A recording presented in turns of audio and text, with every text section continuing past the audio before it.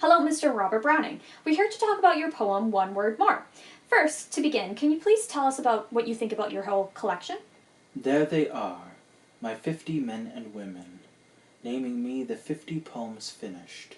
Take them, love, the book and me together. Where the heart lies, let the brain lie also. Oh, so you're saying that these poems have a life of their own, and having their own type of personalities, if I were sort of bold to say. When you say, where the heart lies, let the brain lie also, could that mean that when you're reading these poems, you should let your emotions take over and let them feel through not just your heart, but through your mind as well?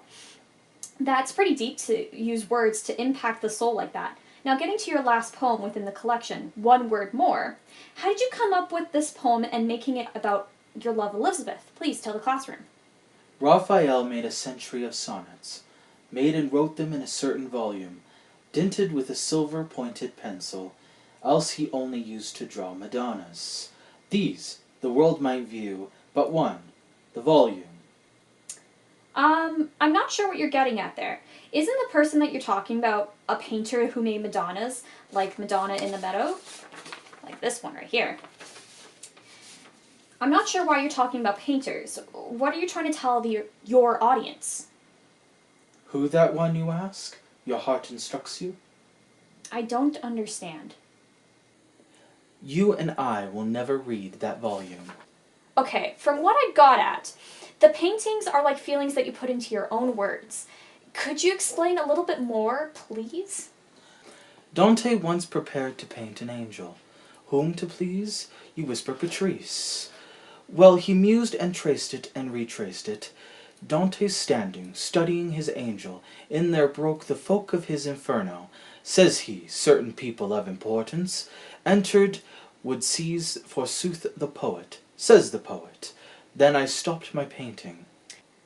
Okay. I'm not sure why we're talking about paintings, angels, and how Dante didn't finish it. You and I would rather see that angel, painted by the tenderness of Dante, would we not, than read a fresh inferno? I'm not sure, since I haven't read that epic. Maybe it would be better than the painting. You and I will never see that picture. Oh, okay. So from what I got, this is a picture that Dante might have painted and wasn't completed because he couldn't finish it. For he was working on Dante's Inferno, which became one of the greatest works that continued to be known throughout literature. But how does this become what the poem is, One Word More? What of Raphael's sonnets, Dante's picture? Oh, I see. You're trying to say that artists try out different projects that they might not be the greatest at to show their love and affection towards their loved ones. But these artists didn't get to finish their works because something was blocking them to complete something different. That is why you might mention this in your poem, because you want to show your love to Elizabeth, that it will last for centuries and not be tied down through time. This, no artist lives and loves that longs not, once and only once, and for one only, to find his love a language, fit and fair and simple and sufficient, using nature that's an art to others, not, this one time, art that's turned his nature. That makes sense. When one is in love, doing something that the artist always does can't be shown the real love, for that's what the part of their job is. That's why the artist tries to find different ways to express themselves freely without fear. What else is One Word More about? I shall never in the years remaining paint you pictures, nor carve you statues, make you music that should all express me. So it seems I stand on my attainment. Whoa there, buddy. I didn't think I should be the person you'd be telling this. Oh, wait, you're talking about Elizabeth here. Are you trying to say that your love that you feel for her is so strong that you can't express it into words, nor song, nor painting, nor statues? Then why did you talk about these other artists who did the same thing to express their love, to use different formats of art to express themselves? This of verse alone, one life allows me. Verse and nothing else I have to give you.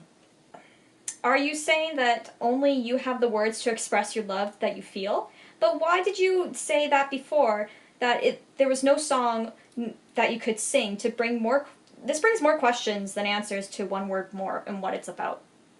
Take these lines. Look lovingly and nearly. Lines I write for the first time and the last time. I think I'm getting what you're getting at. What you're saying is that the only way for you to show your love is through the words that you write and create within your own feelings hidden within your heart. Love, you saw me gather men and women, live or dead or fashioned by my fancy. Enter each and all and use their service. Speak from every mouth, the speech, a poem. Are you talking about Elizabeth again? These men and women, like what we talked about before, is the poems that you created.